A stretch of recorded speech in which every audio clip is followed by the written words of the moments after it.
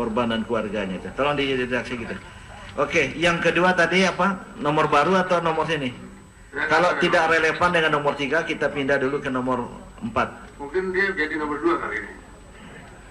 Begini, saya mendengarai akan ada rekayasa dengan saksi-saksi ahli bahasa itu bisa menghasilkan Ahok lepas atau Ahok bebas.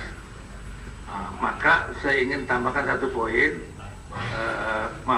isinya adalah apabila pada suatu saat kami menemukan bukti intervensi pemerintah, khususnya presiden, maka kami akan apa begitu ya? Iya, dibantulah oleh ahli bahasa. Aduh, itu nggak jelas Pak Kiai, mau ngapainnya nggak jelas. Mau lagi gitu yang lebih besar atau bagaimana? Kami akan minta pertanggungjawaban. Nggak mungkin nanti ada butir tentang penegakan hukum secara berkeadilan. Kita lihat nanti ya, butir itu ya. Mungkin akan bisa dimasukkan ke situ. Jadi nomor 3 cukup ya.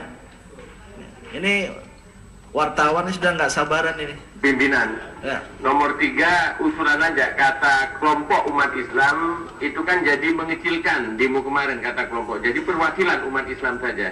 Perwakilan. Iya, kalau kelompok menjadi kecil nanti itu, Gitu. padahal kita golongan besar bukan golongan kelompok. Ya.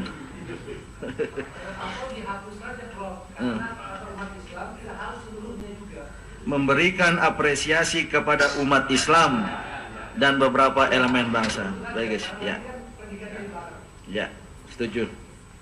Tapi dari mana tadi yang ngusulin nih kelompok nih? Parmusi ya? Parmusi apa artinya?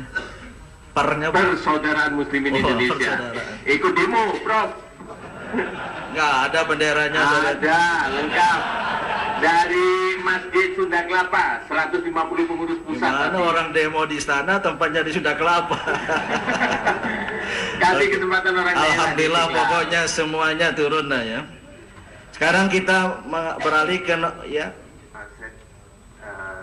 nomor 3 ya. Prof, yang nomor 3 ini apresiasi juga kepada ya, di sini ada bela sungkawa tadi. Saya mau masukkan satu poin bahwa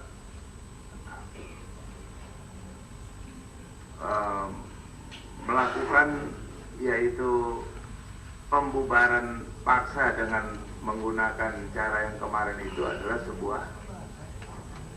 sebuah hal yang tidak patut terjadi terhadap ulama. Kita lihat Ustadz Arifin Ilham masuk dirawat, Syekh Ali Jadir dirawat, bahkan juga tadi kita bilang sampai ada yang meninggal. Yang meninggal ini 2 orang, Prof. Yang pertama itu meninggal sore hari, jadi sebelum gas air mata itu dia pulang duluan karena emang dia terlalu lelah, capek, sesak napas, dia pulang ke rumah. Itu sore hari, jadi tidak ada kaitan dengan insiden. Itu laskar kami di Keramat Jati. Yang kedua ini Pak Sahri yang dari Tangerang, dari Curug Tangerang, itu betul-betul murni karena gas air mata yang dimuntahkan dari peluru-peluru kepolisian itu. Nah, jadi memang di sini kita perlu buat semacam nomor sendiri soal bela sungkawa itu, satu nomor sendiri, sehingga yang luka-luka juga di sini ada ratusan orang karena peluru-peluru yang dilontarkan itu ada yang meledak di leher, ada yang meledak di perut, meledak di dada, dan itu memang langsung ke arah peserta waktu itu. Jadi di sini ada pelanggaran hukum, dan pelanggaran hukum cukup berat karena sampai menghilangkan nyawa orang, dan juga saat itu tidak, kalau membubarkan orang hanya dengan gas air mata, orangnya 1.000-2.000 orang, saya rasa bisa untuk lari cari keselamatan. Tapi kalau jutaan orang ini mau lari kemana? Jadi kita akan luar biasa sekali saat itu. Di sini kebetulan ya kita biar adil juga. saya juga menyaksikan, karena posisi saya waktu itu ada di depan pintu istana itu, saya menyaksikan juga ada skenario-skenario provokator dari sisi kepolisian. Jadi sekelompok polisi yang pakai baju koko putih, kemudian pakai kopiah putih, sekitar 10-15 orang itu berlari-lari menuju ke arah kerumunan massa, kemudian ya menghidupkan suasana. Nah, jadi memang provokasi ini bukan hanya ada yang pada dari jamaah aksi saja, tapi juga ada dari yang lain. Nah, saya ingin juga di sini menambahkan satu nomor, bahwa tindakan pembubaran ini supaya ini jangan dijadikan dalil kalau itu undang-undang jam 6 harus bubar, lalu orang lagi negosiasi, ulama di situ, kiai di situ, habib di situ, ustadz di, orang-orang tua, anak-anak kecil di situ, lalu boleh dihujani gas air mata begitu. Itu peraturan yang kayak begitu demi keselamatan umum harus diabaikan, harus ditunda dulu sampai proses berjalan. Keselamatan masyarakat harus diutamakan. Nah, peristiwa itu adalah harus jadi catatan kita agar supaya polisi ke depan ini profesional dan tidak mengorbankan banyak umat. Andai kata ada kejadian lagi, tahu-taunya di situ ada tokoh-tokoh, ada orang tua, ada Bu Rahmawati Soekarno Putri pakai kursi, lalu mau dikasih gas air mata, tokoh-tokoh sebanyak itu mau bagaimana? Mau lari kemana? Jadi sekarang waktu itu hanya satu saja, hanya pertolongan Allah lah yang bisa membuat jamaah ini mundur pelan-pelan, tertib, aman, dan mereka mau dengar suara daripada ulama. Nah, di sini satu poin saya minta soal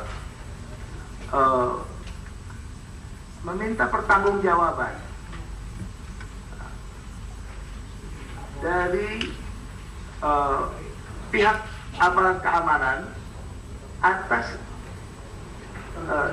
terjadinya insiden dan pembubaran massa dengan menggunakan gas air mata dengan massa yang seperti ini, menimbulkan korban yang tidak sedikit, korban jiwa dan juga korban luka-luka yang tidak sedikit. Jadi korban semuanya, Prof, ada 200 lebih. Yang 165 ada di Rumah Sakit Budi Kemuliaan, kemudian 40 ada di Gatot Subroto, di RSCM, dan tersebar di beberapa rumah sakit yang lainnya. Nah, kita bela sungkawa itu satu poin sendiri kepada yang meninggal dunia, kepada yang luka-luka, tapi poin untuk penegakan hukum jangan represif itu juga penting. Terima kasih. Terima kasih. Nanti poin tentang penegakan hukum tersendiri. Nah, apakah poin atau ide selain belasungkawa dan lain-lain tadi itu bisa dimasukkan ke butir 3 atau tidak, ya terserah kepada kita semua.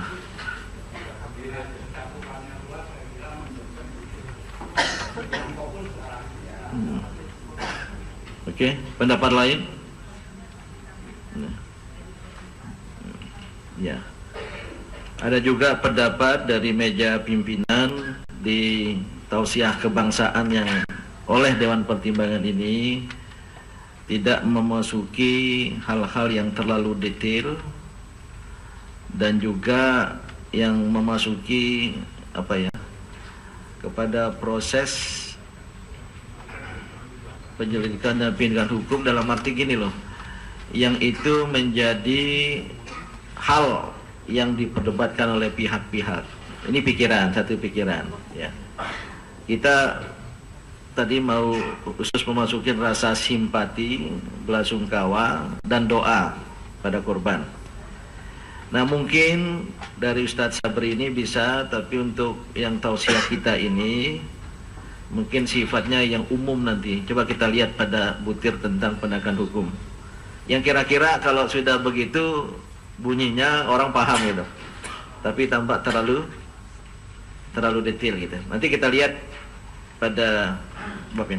Sekarang saya ingin tanyakan, apakah belasungkawa, doa, simpati, dan soal apa ya, pikiran kita tentang repressiveness itu mau kita taruh di butir tersendiri atau dimasukkan ke butir bab tentang aksi damai ini tersendiri ya. Oleh karena itu bab 3 sudah selesai ya. Oke. Sekarang bab poin 4 ya. Ya. Selain poin tambahan tadi ya. Apakah itu didahulukan menjadi poin 4 ya? Kita menyampaikan rasa simpati, belasungkawa, simpati dan doa tadi. Itu nanti tinggal dirumuskan bahasanya. Ditambah lagi kira-kira yang diusulkan terakhir ini semacam ya, sikap penyesalan kita terhadap adanya tindak kekerasan terhadap peserta aksi damai yang menimbulkan korban gitu. Ya, kalau seandainya itu mau dimasukkan, tentu mungkin dalam bahasa yang bersifat umum. Pak Kiai, saya pikir Pak Ketua, jadi bahasa itu pada isinya atau itu setuju ya, kita setuju, tapi bahasanya itu jangan sampai seperti bahasa ormas politik, jadi itu dan sebagainya. Jadi saya mohon, kita ini majelis ulama, jadi harus kita bahasanya tentang masalah ini loh ya, yang tadi soal saya pikir bukan menyesal, bukan apa, tapi merupakan satu himbauan agar jangan dengan kejadian itu maka jangan terulang lagi dan sebagainya. Saya rasa bahasanya sebenarnya umum, betul saya menggarisbawahi Pak Ketua. Terima kasih. Oke, Ustaz Didin. Kan dengan ini saja Pak, diharapkan apa ya, tindakan pembubaran dari para peserta aksi damai ini dilakukan secara persuasif, ya, edukatif, tidak represif, sehingga tidak menimbulkan korban begitu. Mungkin begitu. Ya. Tambahkan. Oke. Ya. Ya, mengomentari tentang pembubaran secara paksa tadi itu, saya sepakat itu dimasukkan, mengingat hal itu mungkin saja kalau ini sampai ada aksi berikutnya bisa terulang.